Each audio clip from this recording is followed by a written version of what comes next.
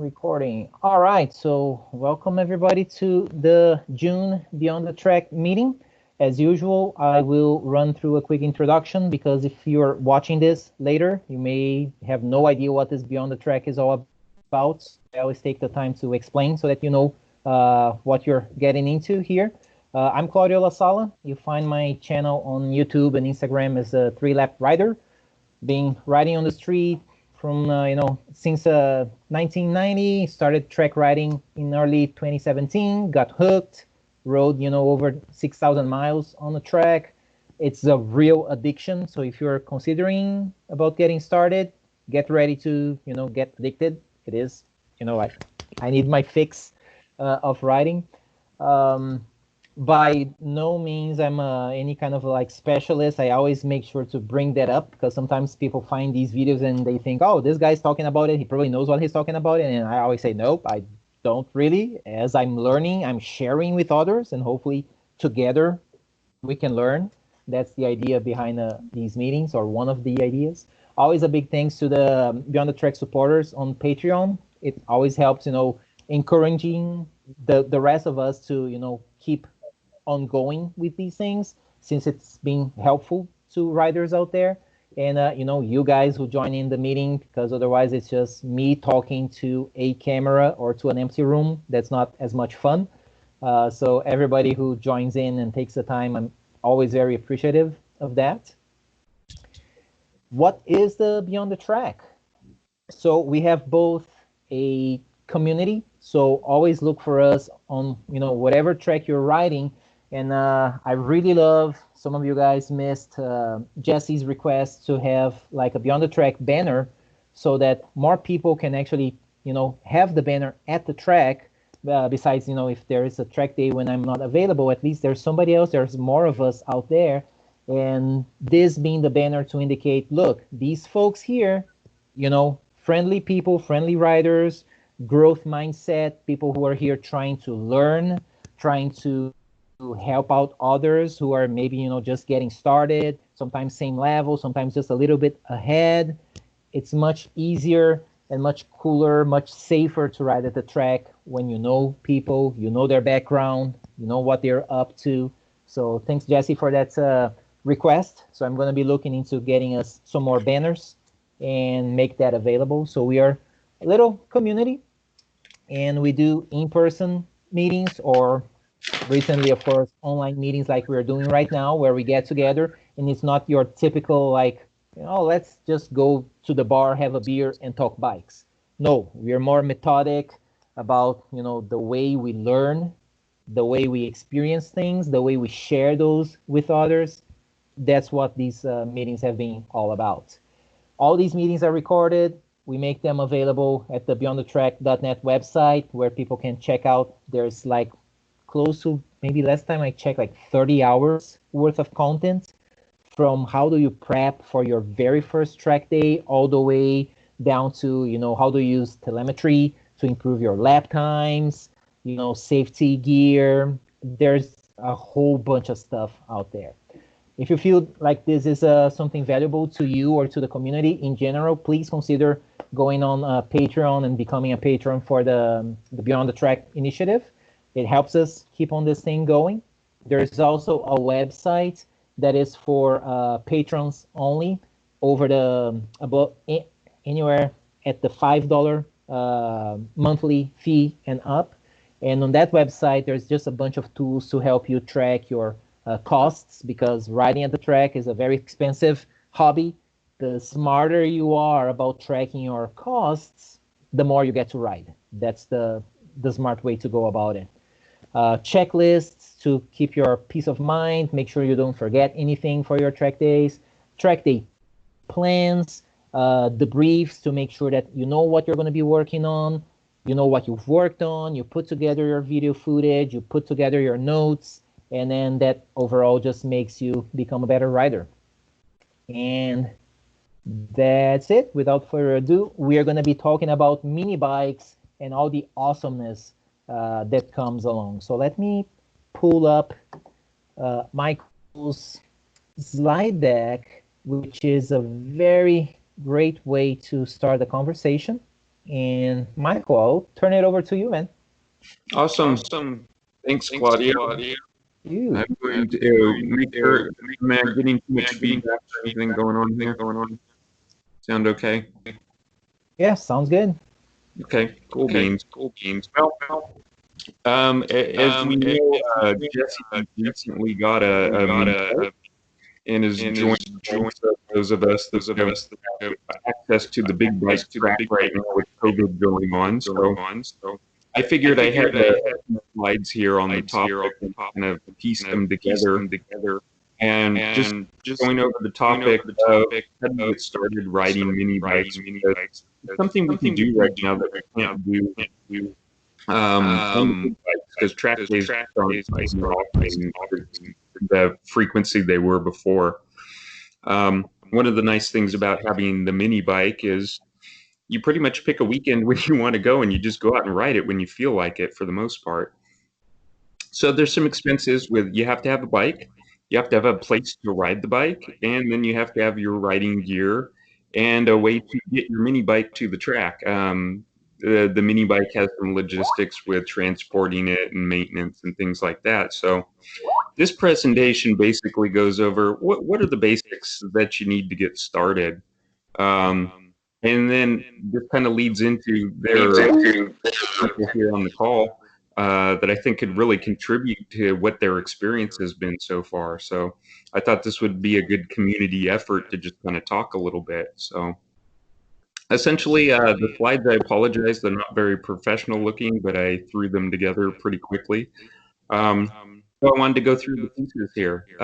So Claudia, go ahead and next slide, please. So the first thing I wanted to bring up is that when people see a mini bike, they're very taken with it, especially kids. I can't tell you how many times I've just been doing something on my little mini bike outside the garage, and every kid in the apartment complex comes by my garage. They want to see it and ask questions about it and everything else because it's their size, you know. It's not the big bikes that you have in the trailer just sitting there. So it makes friends wherever you go, and people are very amenable to mini bikes. One, the purchase cost is so much lower. But one of the challenges I've noticed when looking for used bikes is people buy them and then they never ride them. And a big part of that is, well, if it's not a street bike, you can't really take it out on the street and just ride it around. So the first slide here is just finding out where can you take a mini bike and ride it. We're track riders, right? So I'm going to talk about the track. I'm sure you can find a parking lot and things like that, but there's only so much enjoyment you can get from weaving around cones on a parking lot. So what I put on this slide was I have a link down there. You probably can't see it, but you're certainly welcome to come back and visit this later. But one of the importers has a site where he just lists all the mini bike or all the go-kart tracks that allow you to take a mini bike out on it. So the first item on this slide here is talking about where can you go ride a bike. One of the problems with go-kart tracks is a lot of them do not allow bikes. They just don't want any part of the liability of motorcycles and everything else. The other flip side is they generally do not let carts and motorcycles out on the track at the same time. So now they have to share 50-50 track time with carts and bikes and alternating and everything else. Some places they only let carts go out. So you have to call around and ask because many times they don't advertise. That's one of my bigger complaints is you go to their website and it talks about all their karting activities and everything else, but they never list any pages where they show pictures of mini bikes or anything else. So my first recommendation in finding a track is literally look for go-kart tracks and then contact the track and just ask them, do you allow motorcycles on the track? Many of them will answer with a no, we don't do bikes at all. And my guidance there is as we get more bikes and our numbers grow, keep calling the tracks. At some point, they're going to say, gosh, 3 people called this week asking about mini bikes. And at some point, they're going to go, wow, there's really enough people to do this. We could be making money if we don't start offering, this availability. We are very fortunate that we live in Houston because we have 3 mini bike tracks in the Houston area that you can go ride on. So if you've ever looked at a little motorcycle and thought that would be fun, think about how much more fun it would be on a racetrack. And we have 3 of them. The first one is in Katy. It's a members club. It costs almost nothing to join, and you just go ride whenever you feel like it. It's never too crowded that you can't get any track time on it. It's awesome. I mean, I will be a member there for life just because if I feel like going this week, whatever. The number of times I've gone out there, I've easily paid for my membership where I'm paying like $10 for a track day. So very appealing. The other one up north is Speed Sports. It is pricey by comparison. It's $75 a day. But if you only go once a month, that's not such a big deal. It's a lot less than a big bike track day, and you get more than enough riding. They also have 2 tracks there, so you can ride 2 different tracks. One's a short track, one's a long track. So you really get, even though you're spending $75 to go up there, you really get your money's worth easily. My second tip on finding a place to ride is a lot of tracks that don't allow motorcycles do have mini bike racing there. So you could go for a race weekend. You practice the first day, you can race the second day. This is a lot more common across the United States for tracks I've reached out to. I go and find a racing organization, say, what tracks do you go to? When are your events? And then I contact the track and ask the track, do you have open track days where I can just pay you money? Sometimes the answer is yes, sometimes it's no. But racing organization, bullet point number 2, that's a good place to find. And also go to the track and just talk to people there. Even if you just show up and it's a kart track, just talk to the kart racers. If they've ever seen a motorcycle somewhere, they'll tell you about it. So just ask. You can get a lot of info. The next item, I looped it in with the second one there, is find out what the track's like. You may find a track that's out in the country and they have no bathroom, or they have no water, or they find out what you're getting into, because I have been to track days where literally there was no water and all I had was what I brought with me. So reach out, find out, just take an afternoon drive or something, go out there and check out what's going on. The last item here is, what does it cost to ride on a track? 2 options. You pay to ride for the day, or you're a member at the club. Memberships vary widely in price. Katie's like, what, $375, $350? It depends. If you're renewing, there's a discount, which is $375. Yeah. So Speed Sports, I think the membership for the year is like $1,200. So do the math and figure out how often you'd be going and whether a membership makes sense. But it's always nice if you want to go to the track, you just pay money when you go, and you just accrue the cost as things move along there. So anyway, that's the first task, is finding a track. Because if you buy a bike and then find out there's nowhere to ride it, you kind of wasted money on buying the bike. So anyway, next slide, Claudio. This is the meat of the presentation. I'm going to talk and lead off to Ben and Jesse for their feedback on these. But what can you ride on a mini bike racetrack? Well, there's limited approaches. Mini bikes are not terribly popular in this country, so you're going to have to start digging and looking for options. And there's basically 2 options. You buy a road bike of some sort, or you get a dirt bike and you modify that dirt bike.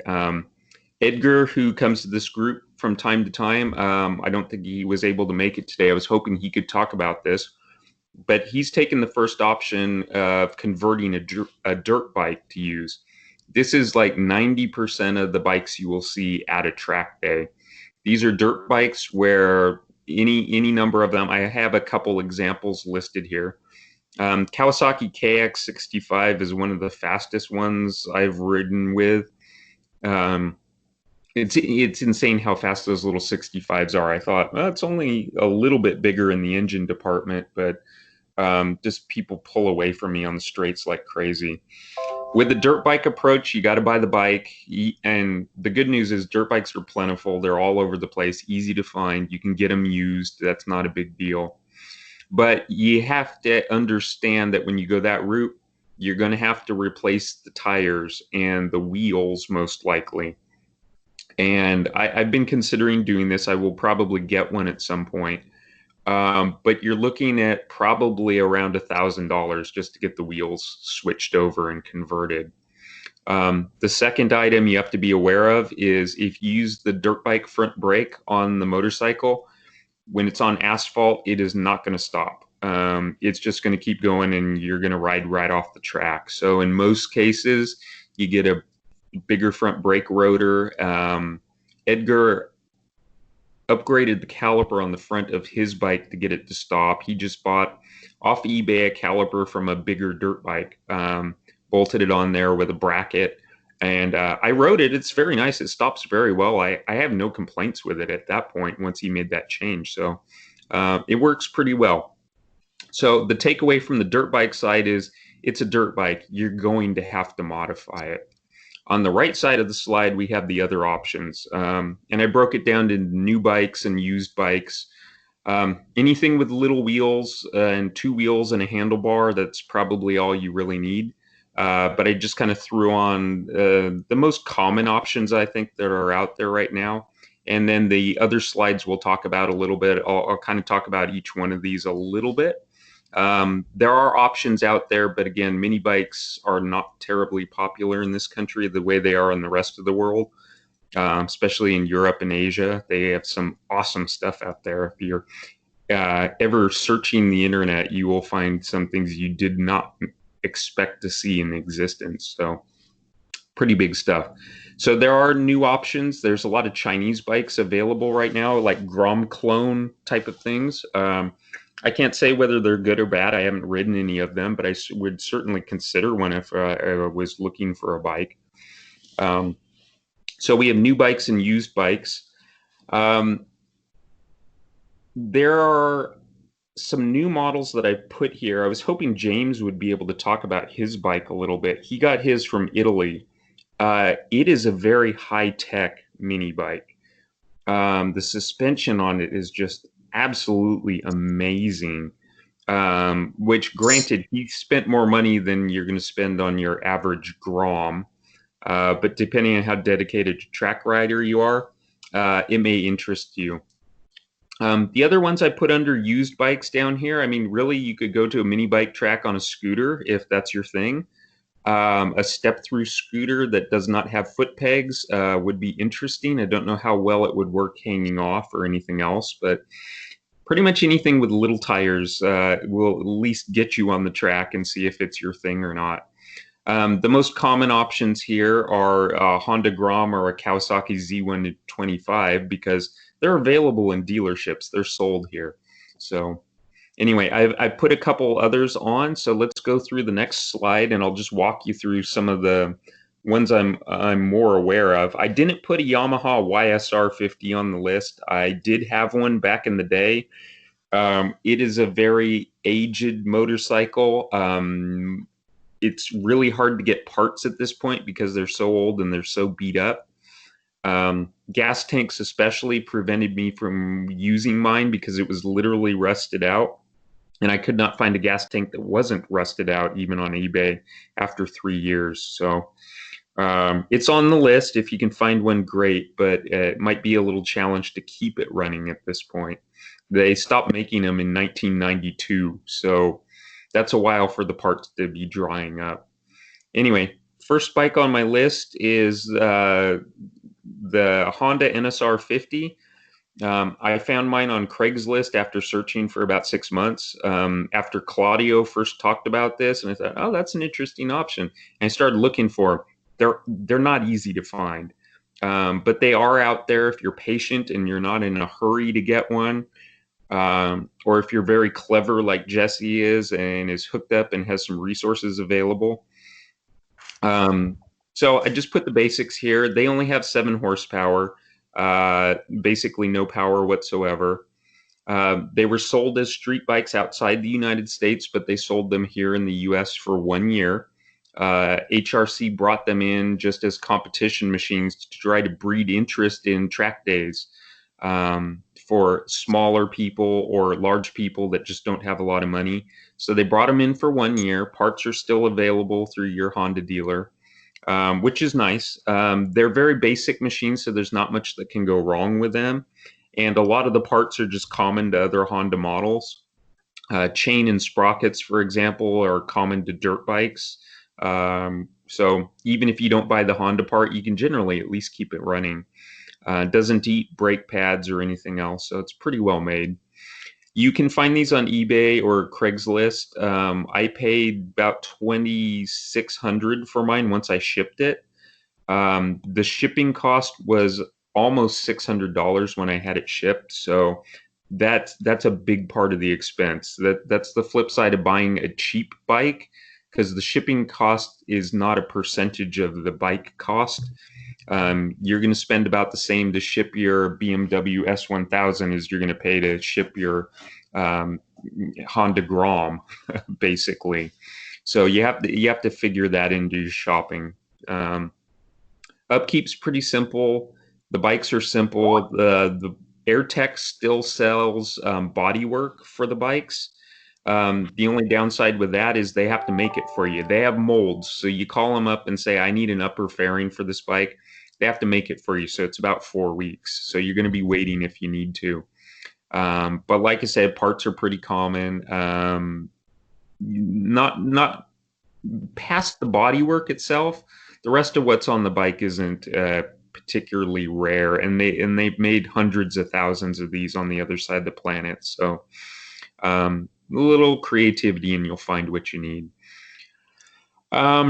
As far as mods go, that's one of the downsides of the bike. There's not a whole lot you can really do to it. You can make the engine bigger, but it's a mini bike. It has 7 horsepower. What are you going to do with it? Cartridge suspension? And probably not. But anyway, if you do want mods, just be aware they are available. There's all kinds of stuff available, but it's all in Asia. So you will be putting parts on a boat and having them shipped for 4 weeks to reach you. But if you're interested in modifications and things like that, you will not find them in the States. So hopefully you read a language other than English, because most of the sites are in another language, so it's kind of hard to search. But Ben or Jesse, do you have anything else you wanted to mention about your searches for these bikes? I know Jesse has one. We have a brigade. So, yeah, to add to that, there are actually a couple more options that you can do into finding more of these mini bikes. One of the big ones is, and I found this out after I got a mini bike, is actually go out to the track, to the mini tracks with either one of your buddies that already has one, just to hang out. And you'll meet actually a great group of people that have already mini bikes, and they usually have their kids that are riding mini bikes as well. Most of the time, whenever riders have their kids start learning motorcycles or get into racing, so on and so forth, their kids usually outgrow their bikes. And that's what was a big hint to me, because I met 2 of the kids that I went to the kart track, and they actually just recently got upgraded to a new bike, and they sold their previous old bikes. One of them had a Aprilia RS50, I believe, and then the other one, he had a dirt bike that was converted over. And you know, most of the time they have to sell those bikes to budget for their new bike to upgrade. So you probably might come across a good deal. I believe one of the guys that was selling that Aprilia RS50, which is similar to our NSR, he was selling it for $2,000, and it was already upgraded to a 70cc. So it had some upgrades. You know, it was with the intentions of a race bike and whatnot. So you might have came across a good deal just hanging out in the right area. How I found my bike was I look on a lot of places. I did Craigslist, I did eBay. It didn't take me as long as it did you, Michael. but I looked at Facebook Marketplace. I started changing, like you said, these vehicles are scarce in certain areas, so you have to actually start changing your addresses and looking in areas. I had the mentality of I'm willing to drive a few hours to go get a bike, like anybody that was really serious about it. So I was lucky enough to look somewhere close to me, and I found one in Louisiana, in New Orleans, actually. And funny thing was is that, like you were saying, this guy bought the bike, probably rode it to the track maybe once or twice, and then it sat in his garage. So from there, he was just selling it to get rid of it, and I was lucky. I was able to buy mine for 1,800, and the bike was pretty much, other than it sitting, dry rotted tires, and changing out fuel and changing out fluids, it was good to go. And I guess I would say that I'm lucky, but I know that giving this information out to, like, let's say Ben or anybody that watches this video, you will have a much better chance to not only make a better deal, but probably find the bike of same quality. And it would be very beneficial to someone to know this information. So let's see here. Yeah, I like that tip about talking to people at the track. I hadn't thought of that one. That one's awesome because the Aprilia RS50. I have heard of those 70cc conversions, and I'd really like to try one. Yeah, I wasn't able to catch him before he ended up selling it, but that was in my market. That was before I saw it. Actually, the guy that was posting it, he posted it on Facebook that he was selling it. And, then I got my mini bike, and then I ended up meeting him later at the fact that his son, sold that bike to get him an Ovale.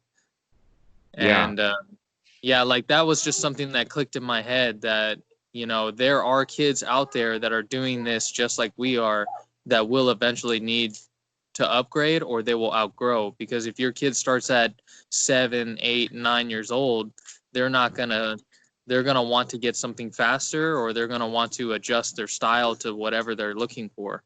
And that's one thing that really hit me thinking about that it, like, for Ben, that's why I'm trying to get people to come out that hasn't been on a mini, just to go out there, because you might find just the right bike for you at the right price, just being in the environment. Yeah, that's a great tip. I know Jacob and his family do so much racing that I bought my bike, and his dad was saying, "Oh, I have one for sale." I'm like, "Oh, geez." And then Claudio said, "Oh, yeah, I've seen that bike too." Another tip that I would say is that since we do coaching with Coach Chris, I know Chris is usually selling mini bikes too. You can ask Claudio. Yep. Yeah, that's how I got mine. Yep, it's all good stuff. Yeah. Anyway, Claudia, can you roll to the next slide there? The next one is almost a rehash of this one. I'm just going to mention this because it is practically the same bike, except it's even more rare. This is the Honda NSF 100. It's the same as an NSR 50. It just happens to have a 4-stroke 100cc engine. So generally speaking, it makes about the same power. HRC, again, brought them into this country. They sold 50 of them. So I've only seen one for sale once. And I was not in a position to actually buy it. I kind of wish I had, but that's okay. I have too many motorcycles, so that's not necessarily a bad thing. But if you ever see one of these out there, they are available and for sale. They're raced in the rest of the world. I kind of like, if I was going to have a second bike, I like having parts commonality between my bikes in general. And this would be a good option. I could swap handlebars, forks, wheels, whatever. They're all the same. The only thing that's really different is the fairing stay, the fairing, and then the engine that's actually in it.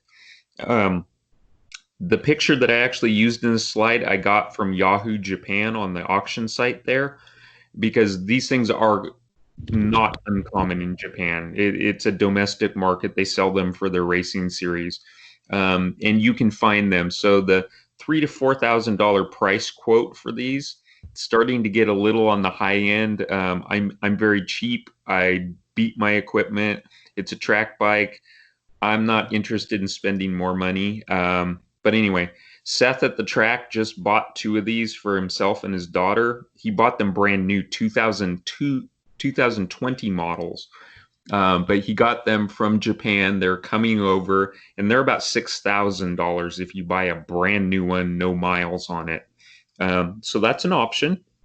There are importers. If you ever want to know the importer I used, it's Tim Hope at Moto2. But he can bring these in for you. The reason he can bring these in is these are not street bikes. They can import bikes that are competition models. So if it's a competition only model, you're interested in it, I can phone him or send him a text message and say, hey, I'm interested in this bike. Can you locate one for me, and how much would it cost to import?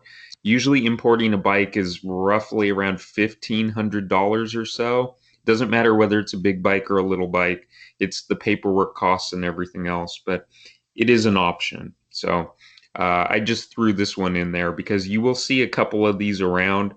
No, let me rephrase that. You think you will see a couple of these around. Usually for the new model onto the old NSR 50, but you do see them. So let's move on to the next one. I forget which one's next on the slide here, but Claudio, could you advance the slide? Here we go. Sorry, the mouse was on the other screen. Oh, there you go. There you go. I was hoping James would be able to tell us about his bike a little bit. This is James at the Katy track on his Buchi. He got this about 3 months ago, I think. Lucky bastard, he got it right before COVID, so he was able to keep riding right through the entire time. So this is an Italian bike. It has Mupo suspension on it. Very nice bike. I'm very envious. I would love to ride this thing. I have ridden an Ovale before. The Ovale has 10-inch wheels. This one has 12-inch wheels. The Ovale, in my opinion, with the 10-inch wheels is just too twitchy. I mean, you steer it with your head by turning your head. If you put any steering input into the Ovale, it's almost too much. It's just hyper sensitive. If you're a smaller person, if you're a kid, that may not matter as much. But with my long arms and legs, it just felt like it was going to go all over the place. I realize that's something you acclimate to with miles, and I was only riding it for one session. But I think a big part of that is the size of the tires itself. So that really appealed to me on James' bike, that with the 12-inch tires that it has. It has crazy horsepower. It is not a 7 horsepower NSR. It is a 20 horsepower 4-stroke. So this thing really is the leader bike of mini bikes out on the track. When I was riding with James, he started slow. He worked his way up. Because I was there, he'd only ridden it once or twice, and eventually he was just blasting by on the straight. There was absolutely nothing I could do to keep up with him. But it's pretty awesome. It's just a beautiful thing to look at when you're looking at the details on the thing. Again, the price is definitely up there. It's more of a premium piece at almost $6,000, but James had little difficulty getting it shipped to him from the importer. Didn't have to wait months and months and months to get it. So it served him very well. He's crashed it once. The only damage it did to the bike was it bent the handlebar. So these have clip-ons, so it's just like replacing the handlebars on your full-size track bike. In fact, you can use the same handlebar tubes.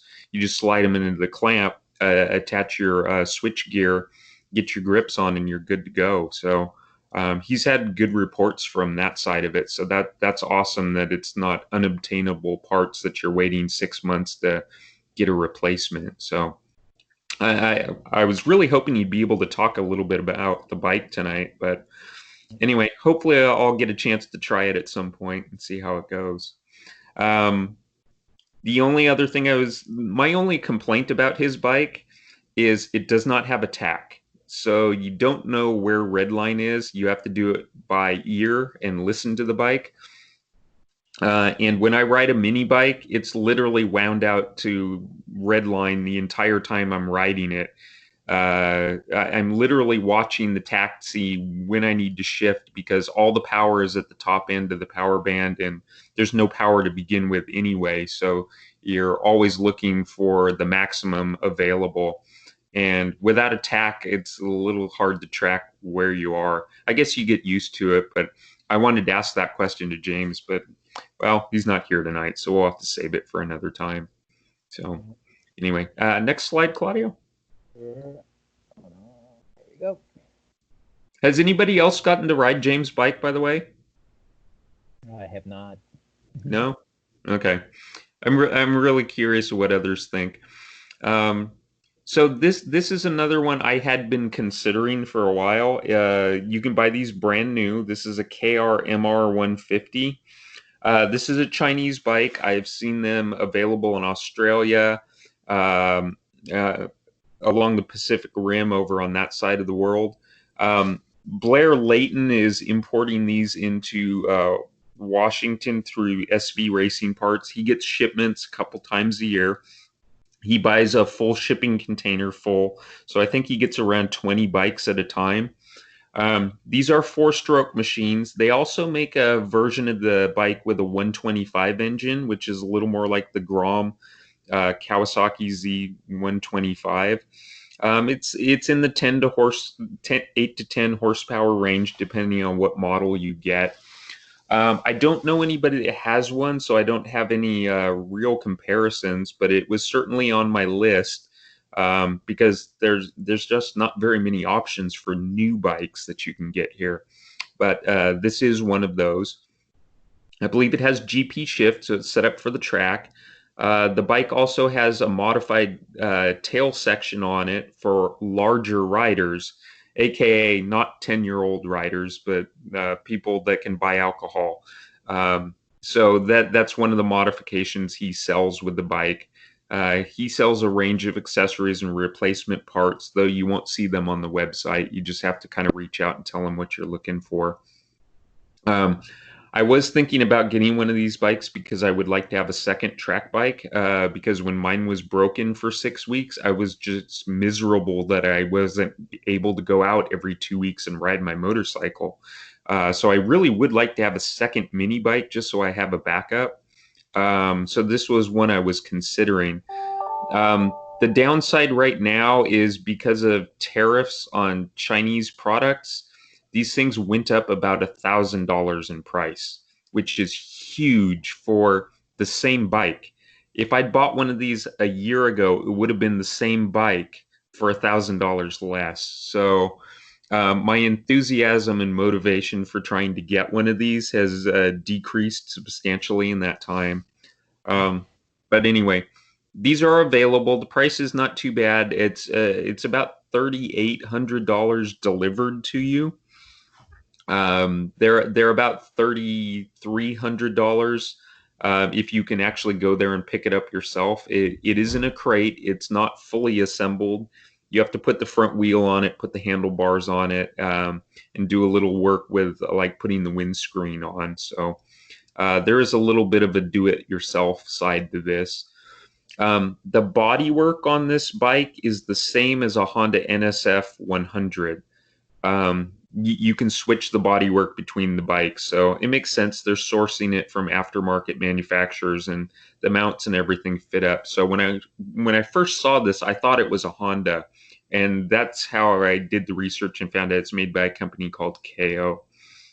So this is one of your pre-made, ready-to-use on-the-track new bikes. So anyway, it's out there. I'd be interested in if anyone ever gets one. I'd really like to ride one and see what it's like. Hint, hint. Right. Next slide, Claudio. All right. Okay, so this is our converted dirt bikes. So commonly called mini sumos. These are mini supermoto motorcycles. Our buddy Edgar Cohen here has one of these. That's him in the lower right on his bike. He's put 12-inch cast wheels on it, so there's no inner tubes involved. I can't remember if he's running slicks or treaded tires, but man, this thing's got some horsepower. It's pretty damn impressive. I don't know how much maintenance goes into the engine, but holy crap, it has got a lot of horsepower. So if you're looking to just get started, maybe it's not the ideal thing to put your kid on who's just learning to ride a motorcycle, but wow, it was a lot of fun. The other options you have here are the bike in the upper right-hand corner. This is a KTM. I think it's a 125. I could be wrong on that. It's a two-stroke. So, of course, it makes roughly twice the horsepower of a comparable four-stroke motor. But if you're going to build a bike of your own, man, your budget could be all over the place. It could be anything from just putting new tires on a dirt bike and living with its performance problems, or you could spend crazy money on modifying this thing like that KTM in the picture there. So it's easy to find a dirt bike. They're all over Craigslist. Everybody has them. There's nothing rare about them at all. So you can find something to start them, but you have to be aware you're going to be doing some builds on your own. One of the common things I see is the wheels. So if you look at the bikes in the pictures, 17-inch, you have choices. Either it's a 12-inch wheel size. Most mini bikes use almost the same tires. There's very little difference in tire size, but you can go with the 12-inch wheels or 17-inch wheels. So I showed the Honda on the left in the picture there. One has 17-inch wheels, one has 12-inch. The smaller wheel size turns quicker.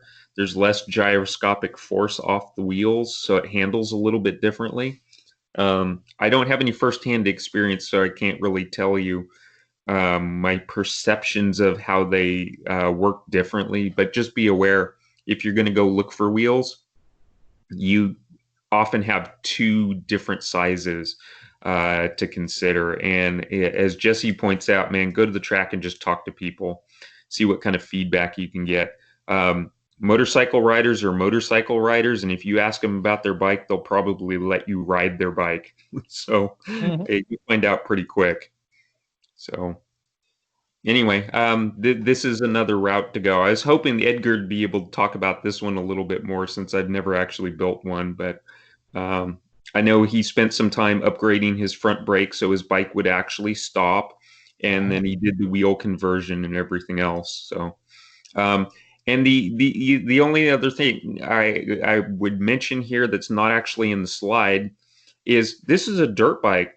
There's nothing keeping you from putting the knobby tires back on and going riding it as a dirt bike, which is kind of appealing to me because with COVID right now, I just want to go ride a motorcycle. I don't care where. So if I can go to an off-road riding area and just switch the wheels on my mini bike and put knobbies on it and go ride it in the dirt for the afternoon, I think that would be fun and worthwhile. And I could probably fit that in my garage without wasting too much space by having two motorcycles when I can just change the wheels. So any of y'all ridden one of these before? No? When I went to SoCal Supermoto, they have a bunch of Yamaha 125s. They have Dunlop tires on them. Otherwise, there's not really much done to them other than the front brake. So that was my first experience riding one of these style bikes. It's a little bit different because there's no gas tank that's really between your legs. You know, you often brace yourself off of the gas tank with your knees. This is very different because your knees are above the gas tank in most cases. So you have to scoot farther forward on the bike. If you look at the bike in the picture on the left, it looks like a chopper. Look at that fork out there and how far out in front that front wheel is. Look at the picture of Edgar cornering on his bike. look how far forward that front wheel is relative to his body position. You'll notice that his butt is almost right over the rear wheel. And one of the things at the school that Brian kept prompting me to do over and over, he said, you're going to lose the front if you don't scoot your body forward. You want to get as far forward on the bike because it's a dirt bike. It wasn't meant to be a street bike, so you have to ride it a little bit different. So he said, basically, get your nuts on the gas cap and ride it well forward to put weight on that front tire so that you're getting traction on the front. So a little bit different. It's kind of nice to go out on a motorcycle and practice different skills and learn new things. So anyway, those are the mini Sumos. Next slide, please. Okay, this is where we make this more approachable to common people. Walk into a dealership and buy a mini bike. We live in the United States. You don't have a whole lot of options unless you're going with a dirt bike. So I think everybody likes a Grom. It's a Grom, right? It's a little bike. You can ride it on the street.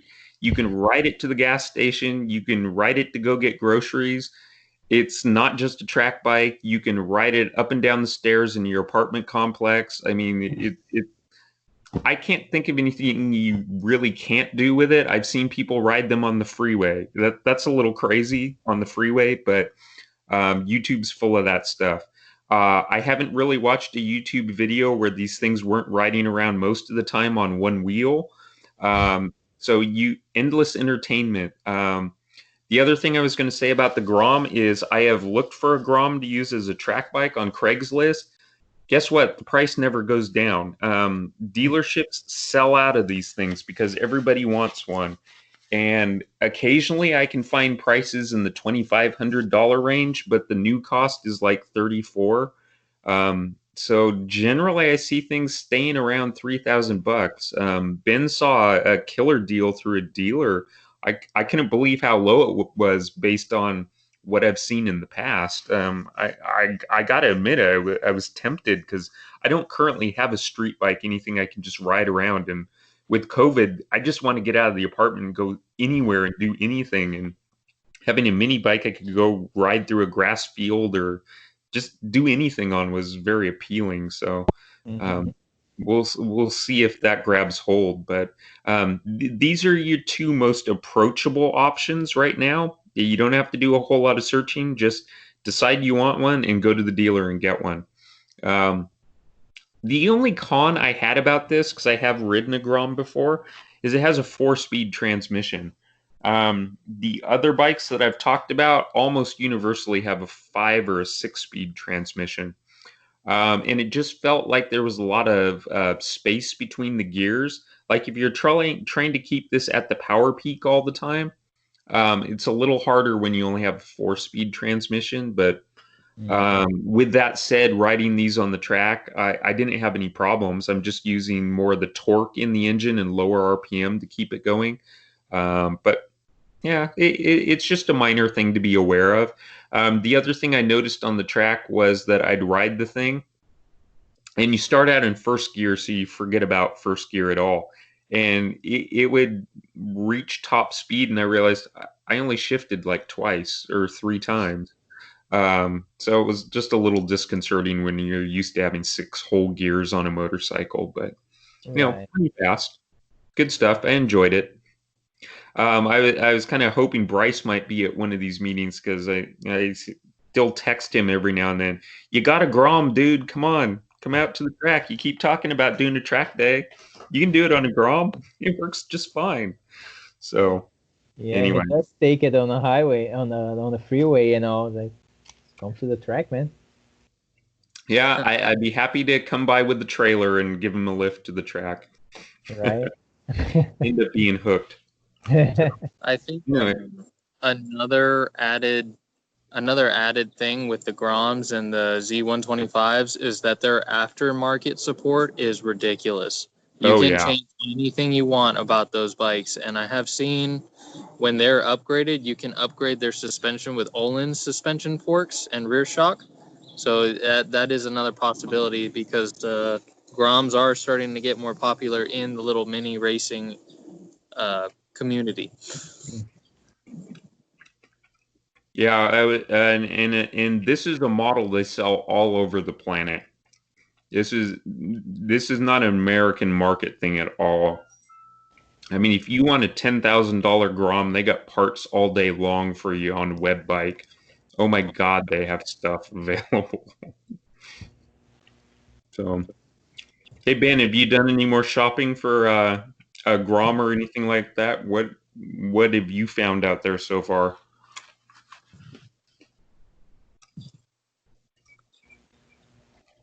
Any experiences?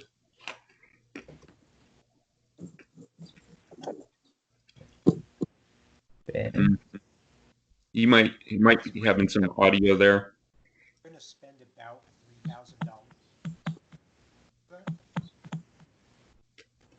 I'm hearing Ben really quiet. Mm. Ben, you sound really quiet. Can you guys hear May have put him on the spot with the audio there. Ben, you sound really quiet. How about now? Oh, that's better. May have put him on the spot with the audio there. Can you guys hear me? Yes. Yeah. Yep. Oh, that's better. Yeah, so just looking around a bit, I'd say your assessment's pretty accurate of either a Grom or a Z125 is going to cost about $3,000 when it's all said and done. I think one of the other advantages of these is that if you decide that you want to sell it for some reason, it should be really easy to sell. Yeah, I was thinking the same thing. If it gets needing any sort of maintenance, you just sell the bike and just get another one instead of paying the dealer to maintain it.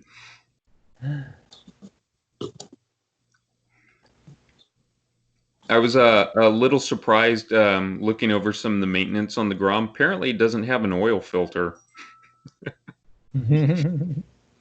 But I certainly haven't heard of anybody having major durability problems other than they just wheelie it too much and blow out the fork seals. So, anyway. Okay. Well, next slide, Claudia. Let's see what we got next because I forget what else I had in there. Riding gear. There you go. Oh, okay. So riding gear. This is almost a no-brainer. Doesn't even need to be talked about. But I had a slide in. I had a slide in there anyway. Riding gear. Guess what? Dress for the crash, right? So whatever you already have, if you're riding a motorcycle, just bring your gear. That's all you need. You don't need the latest and greatest because the top speeds rarely are more than 50 or 60 miles an hour. And even when you get to those speeds, it's only for a few seconds before you're back on the brakes. My other recommendation. Yeah, go ahead. Yeah, just that's the thought that I had when I started, and the first couple of times I went out with the NSR, I was wearing my old built suit, you know, the cheapo thing, because I was not putting much thought into it. Also thinking, you know, oh, you're going that slow. I mean, how bad could it get? But then, you know, following Alberto Nasca's YouTube channel, well, he got broken pretty bad crashing a pit bike because when he went down, he fell like right on the curbing. He broke like 6 bones, including his collarbone, riding the thing. And then he said, you know, he didn't used to like ride the mini bike with his D-Air suit. And after that, he's like, no, screw it. I don't care how big the bike is. I will wear full protection because, yeah, you may be going like 30 miles an hour, but if you fall, you know, on your back right on the curbing, you can get pretty messed up. And I was talking to another rider a couple of weeks ago who also had a real bad crash on a mini bike. and he got really messed up on that crash. I'm like, yeah, I'm not taking any chances. What kind of crash did he have? Did he? Because I was thinking about kind of. I didn't talk about it in any of the slides, but the flavor of the crashes on mini bikes. What I've seen more often on the mini bikes when people crash at this point, this happened to James. I think it happened to Edgar as well. Is that when they crash, it's on the big bikes, you hear of things about like losing the front entering a corner or something like that. Um, it's much more rare, just talking to people in the pit, that on the mini bikes at the track, it's usually they run off the track and then crash rather than, too much power coming out of the corner and you low side it. Right. I think in most cases it's someone just not holding the line, or they run off the track. And when that happens, you run into uneven pavement, something that might buck you in the air, or you might even hit something. So I think the flavor of the crashes is a little bit different, but Yes. absolutely, if you have safety gear, man, use what you have. It does you no good sitting in the back of the truck. And it's not exactly like a loaf of bread where, you need to preserve it. Right, exactly. Wear it if you have it. So Yeah, anyway. yeah. I started like I wear my D-Air suit. I have my chest protector, my back protectors, like everything, man. I don't care. I'm taking no chances. Yeah. Another thing to add is another racer that I follow a lot is Josh Herron. Mhm. He's a pro racer, usually does super stock, right? And he's pretty big on having Ovalis, and he does training with them where he is, I think in California. He Mhm. talks about that um, he crashes a lot on the mini bikes as opposed to with the big bikes, because the mini bikes will show you your actual mistakes and a lot of bad habits that you created from street riding or some of the other areas. And he even says that he had a crash, and he wasn't wearing his tech air suit, and he regretted it, even though he came out better than what it would probably have been. But he said that he took a fall pretty bad, and ever since then he's decided to change that. Gear is still super important no matter what bike you're on. Yeah. Yeah. I've noticed at the KD track, there's some spots where if you go off the track, the curbing acts almost like a jump, that you're going to go flying in the air if you actually run off in some of those areas. I've run off the track at KD a couple times for different reasons. One was because I was looking up in the sky at an airplane and I forgot, oh, I'm going around a corner. I need to actually control the bike. Is that a Rode bird? off Is the that a track and plane? through the dirt, but Hmm. so yeah, once you get out in the grass and you're bouncing along, bouncing quickly becomes bone breaking if it's done the right way or the wrong way. Right. Um, only other comment I had, that I've changed my gear with the mini bike is anybody I've chatted with, text message or whatever. I'm always going off how much I drag my toes. I work on this. I try to reduce this, but on the mini bike, my feet just, even when I try to stay on my toes on the foot pegs and keep them off, I still drag toes on curbs and things like that. And I go through toe sliders like crazy. Plastic ones, literally, I touch them down twice and they're just done. So I have a pair of boots that I use on the mini bike exclusively because they have metal toe sliders, and I still eat these things up. I go through a pair every 2 track days. Wow. So I buy the replaceable magnesium inserts and just have those as spares. And the other thing I wear out is knee sliders because at the track, my legs are long. I am sitting practically on the ground to begin with. And if you get the cheap thermoplastic polyethylene knee sliders, they just heat up and melt down. So I tend to use the chicken hawk ones that are more of a ceramic. I've never worn a set out at this point. They last forever. it feels like you have a brick on your knee, so the frictional component feels a little bit different. I also have a set of Woodcraft knee pucks. I don't know what they're made out of, but they absolutely do not wear out. I've had them torn off my knees before, and the Velcro starts separating from the knee puck before the friction surface ever wears down. So I've had good luck with those on the minis, just because even if I'm not trying, my knee is still on the ground. All I have to do is stick my leg out because I'm so low to the ground. It's going to touch. I've touched my knee going in a straight line before. So I work on trying to reduce that, but it's a bike with 12-inch tires. You're just physically close to the ground. So as far as gear goes, it's just something to think about, because knee pucks are actually kind of expensive if you have to replace them frequently, like $50 or so. That can really add up on the mini bike. So something to think about. It doesn't affect how fast you go or anything else. It just helps your gear last a little bit longer. So how about you, Jesse and Claudio? Have you done anything to get your gear to work more condusively with the minis? I personally haven't had to do anything. The once or twice that I actually dragged my toes, it was just my bad, like not pulling the foot, like getting lazy or tired and not pulling the foot. But if I'm just doing my regular thing, I never drag them.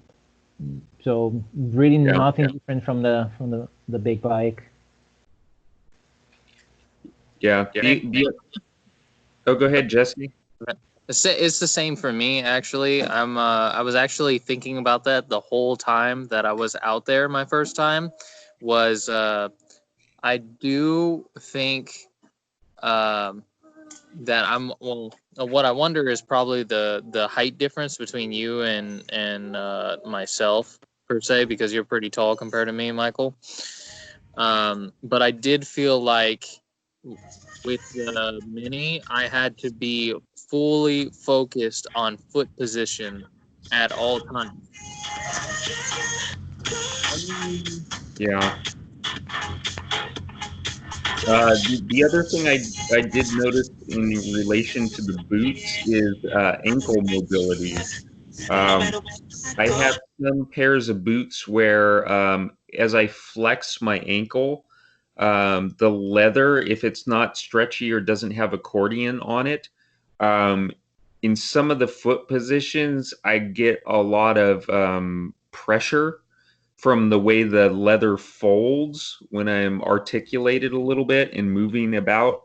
So I've had a little discomfort occasionally where I have to kind of take the boot off and move things around a little bit, just because I flex my ankle a lot more on the mini bike than I do on the bigger bikes. So you definitely tend to become more of a pretzel on these bikes. So having that in there helps a bit. More of a pretzel. I love that. Yeah, it happens. When Ben gets on one, he'll probably won't have as big as an issue because he's shorter than us. He'll probably be faster too. Ben has some of the most awesome body position I've seen before. I know he put some effort into it, but he's kind of my role model. I keep looking at Blair's photos and going, "Oh man, I have so much room to improve in that department." So anyway, next slide, Claudio. There you go. I think we're getting towards the end here. So one of the other topics was normally when I go to the track, I take 2 bikes with me because every time I've gone to the track with only 1 bike, something has happened. I've ended my day early when if I only had my other bike with me, I could have gone right back out and finished the day. But with a mini bike, a trailer, for me, an enclosed trailer is such overkill. And I already have a pickup truck, so that's how I transport my mini bike is in the pickup truck. Claudio, I like Claudio's approach because it's a mini bike. Oh my God, it's just so convenient. Claudio has a carrier off as a hitch. He has a ramp. It's perfect for the mini bike. You just roll it up there. Heck, the mini bike is so small you almost could lift it up there if you needed to. But you don't need to have a massive hitch to do that. So that's a really convenient option, especially if maybe you're not a motorcycle rider, you don't have a trailer, you don't have a pickup. You can probably at least get a hitch put on your car and have a way to get your mini bike there. If you have a van or something like that, that's definitely an option. You could put it in the back. But with a mini bike, it's definitely not something you could just ride to the track and get out there on. Can't put it on the high. I've done that with a street bike and done a track day on my Kawasaki. I rode the College Station, did a track day, rode home. I had a great time. It was a nice ride. So I got to do everything. But with a mini bike, that's strictly not an option. So Claudio uses the tail hauler on his. I just load the mini bike in the back of my pickup truck since I already have a pickup truck. And then of course Jesse on his new bike, he's just using the trailer for that purpose. Jesse, did you have to do anything? You'd been using your trailer before for your 250. Did you need to do anything for the little 12-inch wheels to make it work? Negative. The little wheel chock that I have is just a Harbor Freight one, as my trailer is. My trailer is just a Harbor Freight trailer that has plywood on top of it. And I just drilled holes into the wood and used long bolts with wing nuts to hold that wheel chock in place. And it actually just fits just fine.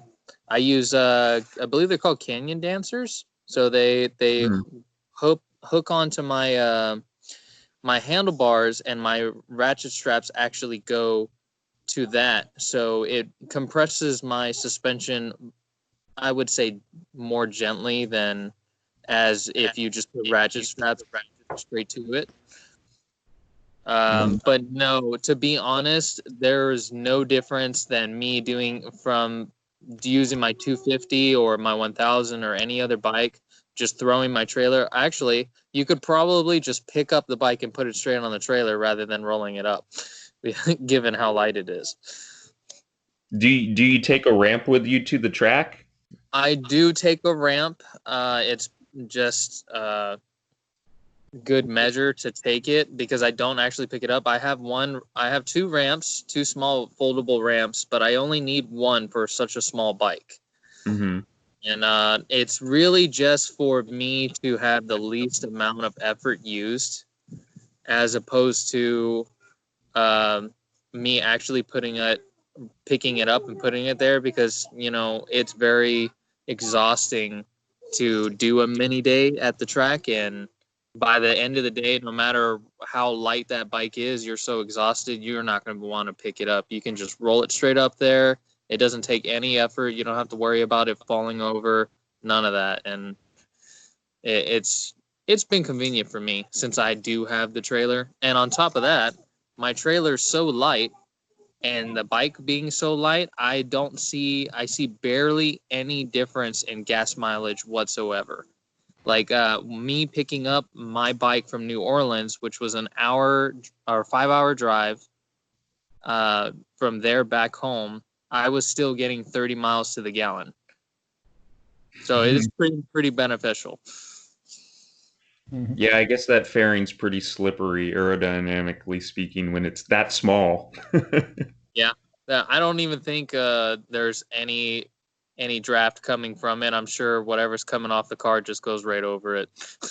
Yeah, it's just riding in the slipstream there. Yeah. Yeah. I would generally say when I go to the track that I ride the bike into the back of the pickup truck because, as you point out, at the end of the day, I don't care anymore. I just want to get it in there and just get home and bathe, and it basically collapse practically at that point. It can be very exhausting in the summer when the temperature is like 105. So anything to make it easier is certainly welcome. So, do you use the wheel chock the same position, or do you have to change it for the mini bike versus your other bikes, or is it just on the trailer in one place and it works for everything? Yeah, as of right now, it works for everything. Um, I'm considering, talking to Ben, since Ben and James have had the same trailer. Hmm. They're talking about putting both bikes on the trailer at the time. Like, let's say I bring my 250 out. This is probably my ultimate goal. Is if we go to speed sports per se, I could take my 250 and the NSR and either hop between both of the bikes, or I could have an alternative rider ride my other bike while we're on the track all together. Oh, And that's an interesting idea. Yeah. yeah, because I see, obviously there's people with 250s and R3s still able to go to the kart track and ride around and whatnot. So Yeah. it's something that I'm looking into to see what I want to do. The trailer's only a 4x8 right now, so we'll see if I can get it mocked up to see if I can put two bikes on there. Oh, that's cool. That's cool. Yeah, I'm thinking about the same thing, taking my 250 to the track and then wanting to be able to take both bikes. Because at speed sports, there's the small track and then there's the big track. So, one, the small track is probably too small for a 250. I mean, it's really tight, and I think a 250 would just be hell of a lot of work. But take both bikes with you, you have the best of both worlds. So I also like Yeah, your comment because another one is if somebody doesn't have a mini bike and it's a little daunting to try to find one, and you want to go to the track and just ride and see what it's like, and it would be great to be able to bring two bikes with me and say, here, try my bike. You can ride it all day long. That's fine. I have two bikes. I can ride the other one. So that's one of my goals, is to just have something else I can take along to the track. Whether a family member or somebody that just wants something non-threatening. I'm not a real rider, but I've ridden before. Can come along and just enjoy and see what it's like. So, yeah, I kind of like that idea. I think my pickup truck might be too limited for doing something like that, but yeah, I can definitely see where the trailer would work out in that regard. So, Nice. Yeah, and just to add to the setup that I have, it's pretty much the same for when I'm carrying my Daytona over to the track. It's exactly the same setup. The only thing I change is the choke on that hauler thing is adjustable, so I just have to push it forward to fit the smaller sized wheel. But other than that, it's pretty much exactly the same setup. that's cool. Yeah. And it's nice you can take it off there so you can drive to work and not have to deal with all that. So, Yeah. good stuff. Yeah. yeah, like my setup right now, considering even though I still have three bikes, I have a street bike, I have my track bike, and then I now have my mini. I'm still able to have my mini sit on my trailer backed into my garage and still have enough room to have my other two bikes in there. So anytime I want to go to the track, I just pull the bikes out, pull the trailer out, take the mini off and put the 250 on, or vice versa, just take the bikes out, hook up the trailer, put the bikes back in the garage and get on my way. Nice. Yeah, that's an interesting point. I do the same thing with my trailer. I keep it in my garage, but I keep the bikes in the trailer so that I can have more bikes than I have space for. So it becomes part-time storage, part-time transport. Right. Good Nice. combination. Yeah, good points. Yeah. And I think I have only one slide left at this point. I think. Yeah, so this is just kind of a summation. We talked about what you need to get started. I'm interested in all your feedback on this topic, though. Uh, how are the mini bikes different from what we typically ride at the track? I broke it down some just basic things at this point that I've really noticed riding as much as I have in the last year. I've probably been to the mini bike track 20 times in the last year. since I first got a bike. So I have more track time on minis than I have on anything else at this point, on a year-to-year basis. I've been riding track days long enough that I still have more time on a big bike, but that's just because I've been doing this for about 5 years now. So the physical dimensions, and Jesse, as you were talking about the physical fitness, the first two items here, you're going to tire yourself out.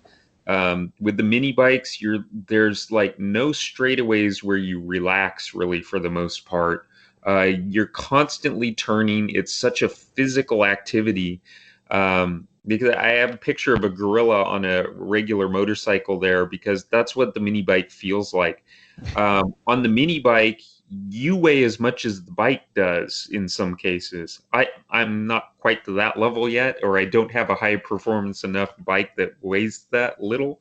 But I mean, you're getting to the 1-to-1 ratio where you weigh as much as the bike. So what you do on the bike influences the bike so much more than when I'm on a 420-pound track bike full of gas and everything else, where I'm the 160 pounds sitting on the back of that. Here, it's pretty much 1-to-1 on my mini bike.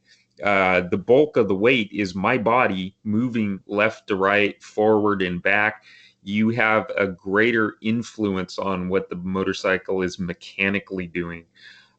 So you really have to learn to control your body and your control inputs, because the bike is so little and has no mass by comparison.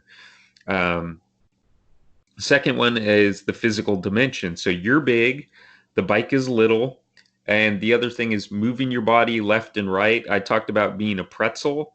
One thing I've really noticed is I really need to have flexibility. I really need to do what Brian does and go to yoga class and work on that, because you're so cramped up that you really need to be able to control your body without ham-fisted efforts.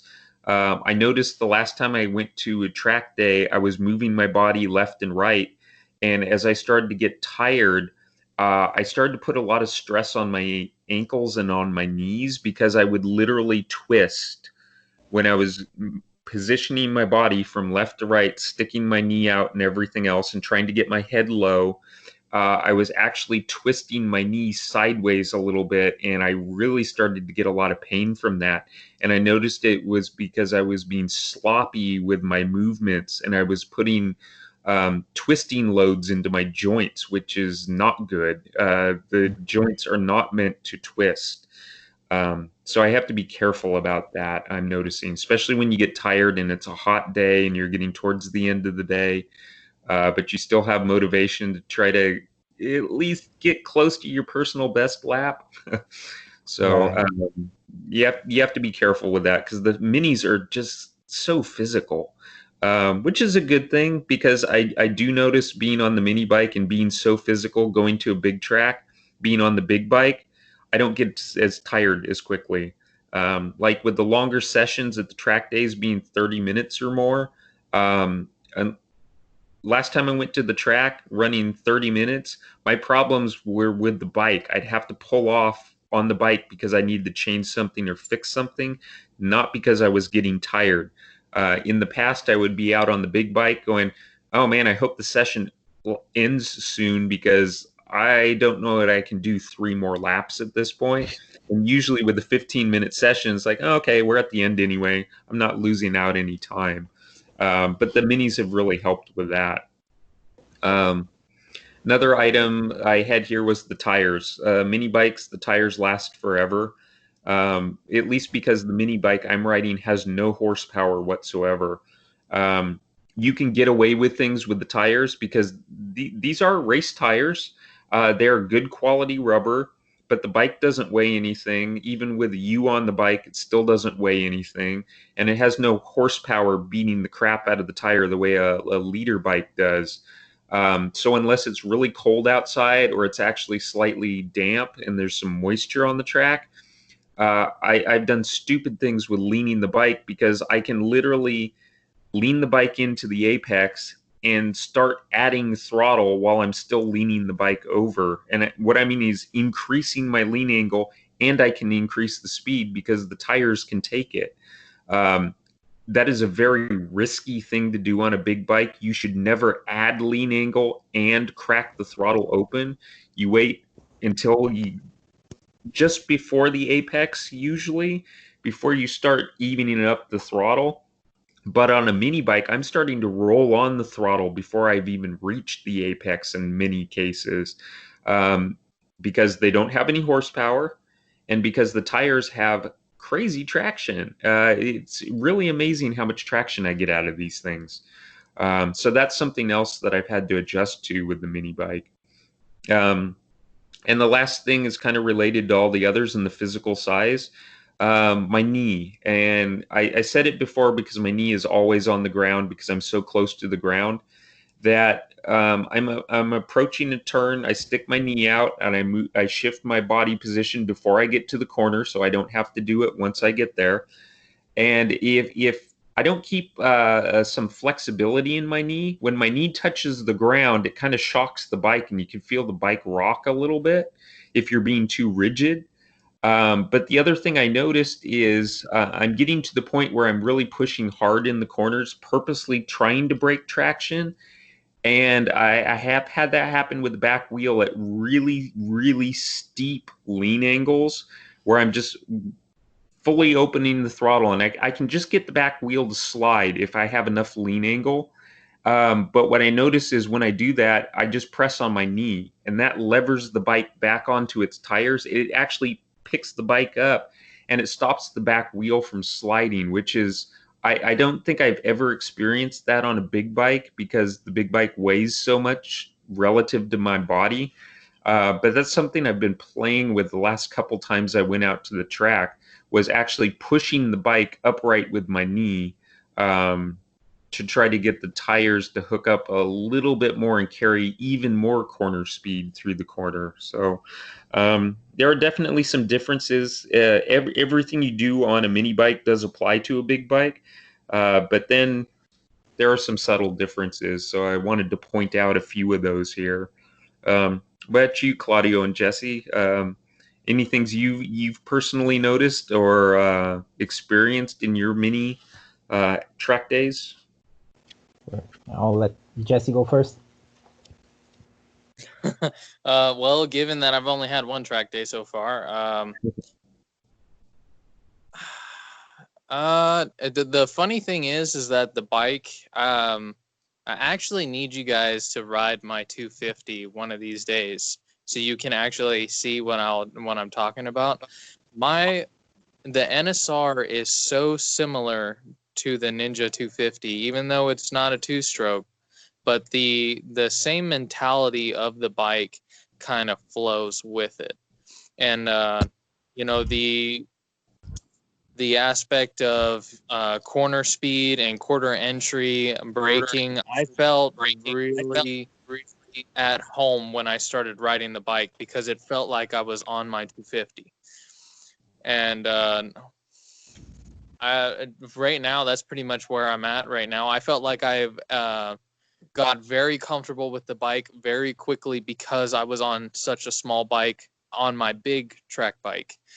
And one of the things I can just say is that a lot of what I learned on that one day with all the laps that I turned, I was able to translate that to my big bike very quickly because I did a back-to-back track day where Friday I went to the kart track and then Saturday I went to MSRH and rode my 250, which when I think about it was probably a bad idea because I was ridiculously sore after that track day.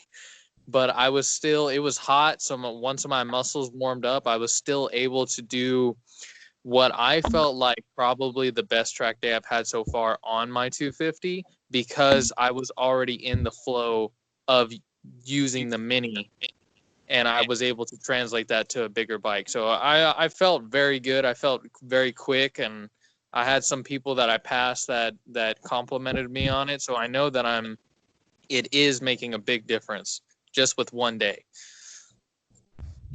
How do you feel about the braking between the two bikes? One thing I've noticed on the mini bike is I don't use the brakes very hard at all. I don't know if that's just because there's only so much terminal speed. Because when your top speed is 45 miles an hour and your minimum speed is like 30, you're not really changing your speed a whole lot. Um, what, how does that compare between your 250 and the NSR? Is your 250 also one of those bikes where you're not spending a Herculean effort braking? Like for Diamond's Edge, for example, at MSRH, um, are you like a demon on the brakes there where you're really working it hard, or are you more keeping your corner speed up and trying to flow through the corner? Are there differences between the Mini and your 250 in regards to braking? So they're actually very similar in regards to braking. You know, the NSR has a one caliper brake setup, and so does the 250. So the braking is not. It's pretty much it's not strong, but it's because of the rate of speed that you're focusing on, trying to make more corner speed. You can be hard on the brakes, but for a very small point of time, because you don't really need to take off that much. So it's not so much of how hard you are on the brakes, it's how late you are on the brakes. And I Mm-hmm. felt like I could brake later and later and later, especially with doing like let's say at the Katy track, after you're coming into the straight, you know, you have to take that left turn coming in hot at the Katy track, and I felt like I could brake later and later from my downshifts. You know, you start downshifting and I barely have to squeeze the brakes, or I would get on it really hard just for a small second and then turn in. And I was able to do that. I was able to feel that kind of feeling at not at Diamond's Edge. Diamond's Edge, I'm still playing with it because I was actually at top speed, which was, you know, faster than an NSR, but I felt very good in Sugar and Spice. Sugar and Spice, there was one time where I wanted to brake very late, and one of the laps, I waited until the 300 marker to start downshifting, and I bit on the brakes real like for a quick second, and then I was already turning in, and I felt very good going through there because considering, you know, the markers for that Ride Smart puts out, I felt where I wanted to be, where those markers were, I was right on mark. And it was similar to where I felt when Chris was coaching me. So that it's very similar.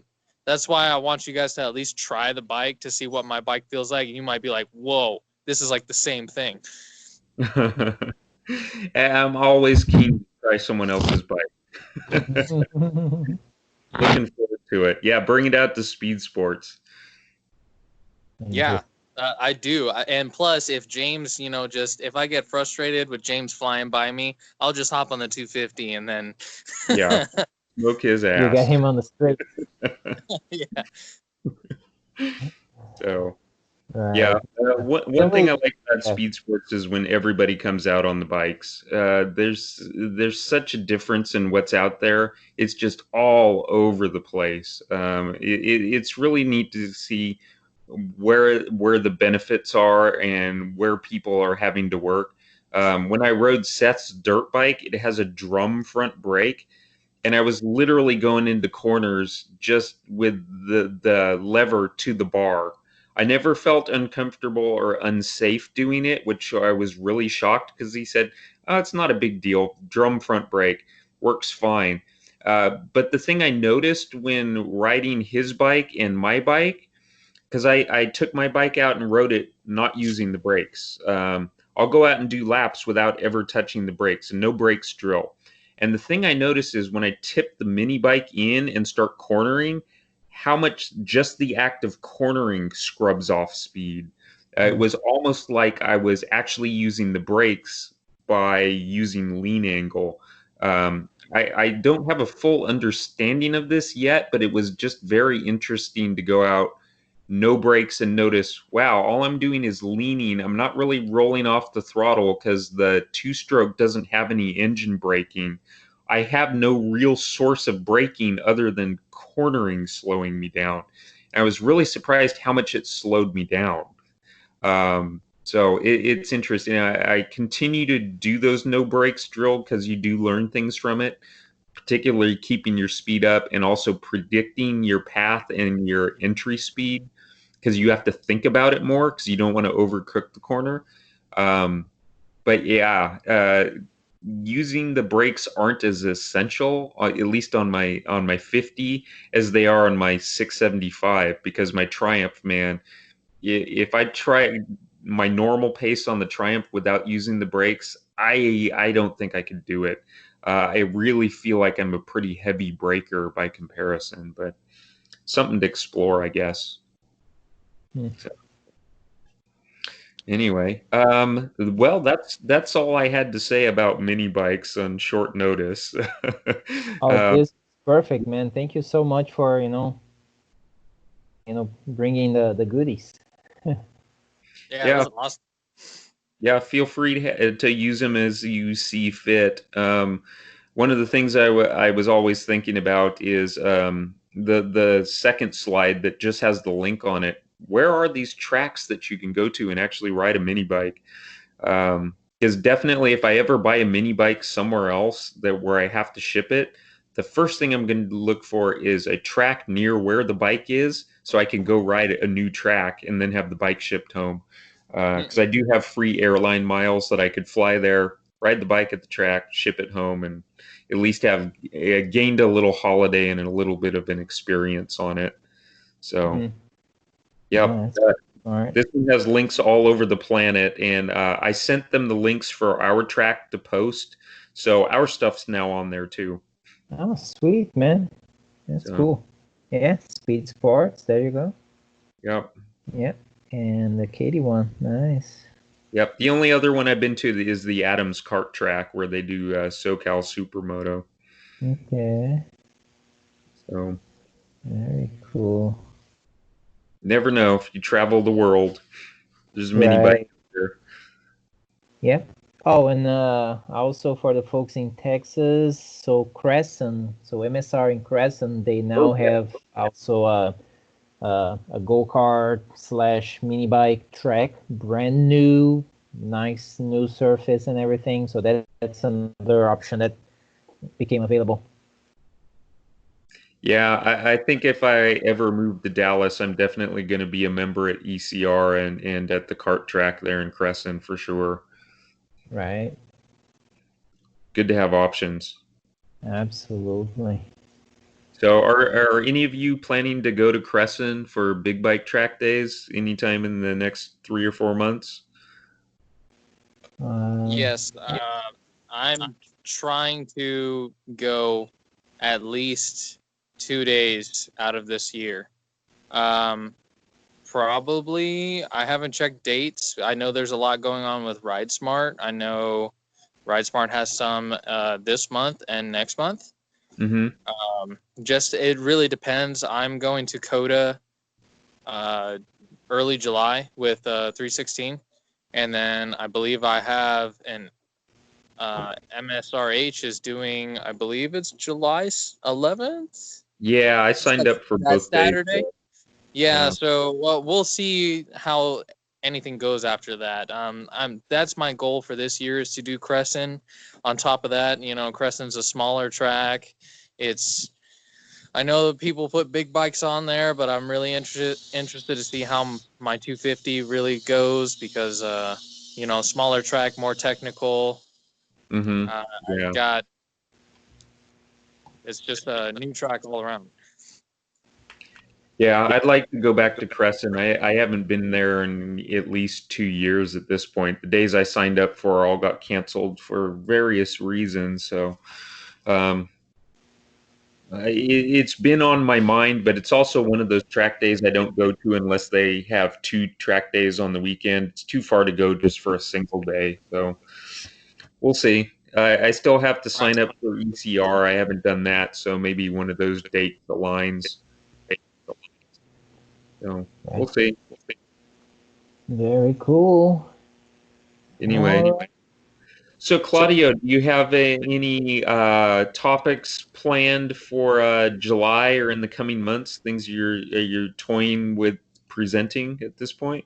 So the two things that came to my mind, one is like you mentioned, I think last month or the month before, like my usage of Evernote as one of the tools for keeping track of things like information about the hotels I'm going to be staying at, maybe information about air tickets, or even like when I snap photos of my tires or photos that are related to the track day.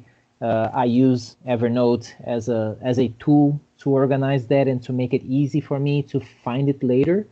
And then out of that tool, I also get like links that I end up adding to the BTT website, right? So it makes it easy for me. Like I go to the BTT website for a debrief, and then how were my tires that day? I can click on a link that takes me to the photos in Evernote. Yeah. So that's one thing that I can share. How I've been using that pretty much since 2017 when I first started track riding. So that's one topic. The other topic that came to mind is maybe sharing books on track riding. Like I know pretty much everybody has heard of Keith Code's books. There are a couple other books out there. So I was thinking maybe we can have a meeting just talking about the books, like our favorite books. What have we learned out of those books? What are the lessons that's like, yep, I've learned that on that one book and I still use that technique or whatever. Because I can see like there are several things that I've been doing over the last 3 years that I definitely learned from Keith Code's books. So I think it would be a good time, at least for me, to go back to the books, flip through the pages as a refresher, and maybe share that at a meeting. I don't know. What you guys think? Yeah, I think that's. Yeah, I was gonna say some of the books that I've read just as topics are Nick Einach's book. I think you mentioned that one. Lee Parks also has. I want to call it Proficient Motorcycling, but that's not the actual title. That's a David Hughes title. What is the Total Control? Total Control. That's it. Yeah. That's it. Okay. Yeah. Yeah, I have that one. I have another one that I completely forgot. Besides the two twists of the wrist, and then I just got actually last week. There is this new book, or not new book for me. It's another one by Keith Code that he actually put out in '86, which he wrote with Wayne Rainey. It's a book that I hadn't heard of it before, but I hadn't picked up for whatever reason. It slipped my mind. But I just got it a couple of days ago. I'll start reading it. Looks good as far as what I've seen. So yeah, maybe that's another one. So unless like something else comes up, and if people don't come up with other topics that maybe should take precedence, then I mean we can do the book thing, we can do the Evernote thing. Mm-hmm. Totally up to what folks would like to hear about. Yeah, sounds good. So when are you coming out to the track again, Claudio?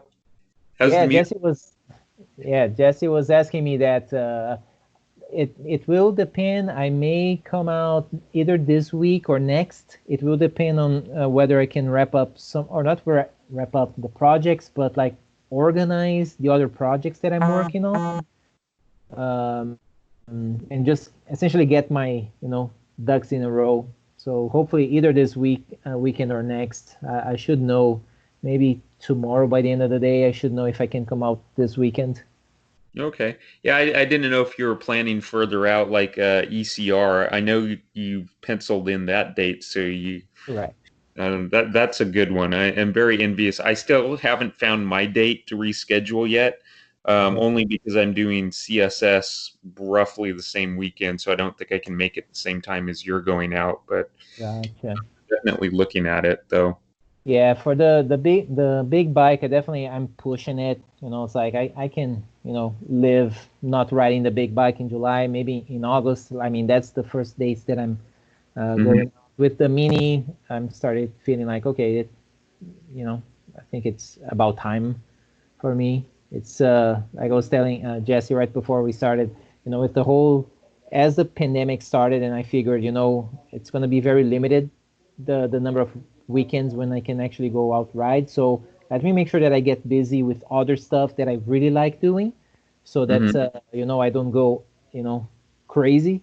And of course, as I started all those things, I don't want to just like drop it now. I want to make sure that I put some closure on some of them, and some of the projects that I have started that I may not finish. At least I can document what I've done, and make sure that I've learned something good out of those things. So it's just you got to know me. I'm very organized, and I want to make things tidy. Yeah, and you're a very capable and accomplished person in your interests. I don't know if the rest of y'all have seen Claudio's music. Oh my God, Claudio, you are an amazing guitarist. That just blew my mind. But I know how you approach track writing, so that's not all that surprising to me. But nevertheless, you have multiple aspects to your life, and none of them are just I just kind of do this on the side kind of thing. So Yeah. I can definitely understand how those kind of things can shift focus in a very committed way. So I'm glad you're not losing your mind, and you have alternate things that you can focus on and keep yourself busy with. But Yeah. all the same, I look forward to writing with you again soon when Oh, the likewise, my opportunities come friend. up. I've been missing it a lot. So, Since I got my mini bike, I've pretty much gotten contract in writing with my family and slash wife that I can go at least once a week. Given the circumstances, but it's like a business opposition that we're working on right now. But yeah, I'm usually off Friday, Saturday, Sunday, and I'm looking forward to finding you guys and bringing Ben out to get him into it. So I'm willing to adjust my schedule pretty much any day. If you guys are going to go a Saturday or Sunday, I can push my schedule to go out the same time with you guys. All right. cool. Well, my plan is to go to Katy on Saturday. I tend to get there earlier just because, man, it gets hot. So Yeah. I try to get there around 9:30 or 10. Usually I'm the first person at the track and just start burning laps, and usually run till about 3. I Nice. got there at 10 last time or 10:30 last time, and I was done about 2:30. So I'm thinking I'm gonna start with that and slowly build my endurance to it, because I really feel the physical, like it's crazy how exhausting it is. It's plus Yeah. I'm trying to get these summers down, to where you can do full sessions for the full time and still have consistent lap times and such, and it's Yeah. actually a really good training tool. That's really good. Oh, sweet. Yeah, one of my goals on the mini bike track is to run longer endurance sessions, and that's one reason I go as early as I am, because when you go out with the carts, they'll pretty much wave you off the track after 30 minutes.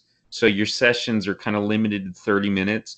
My best session was 50 minutes on the mini bike track without pulling off, but I had to do it early in the morning before the carts got there because there's no way they'll let you stay out for 50 minutes. So, um, and also the earlier sessions, it's easier to do 50 minutes than at the end of the day after you've been cooking all day and are just worn out.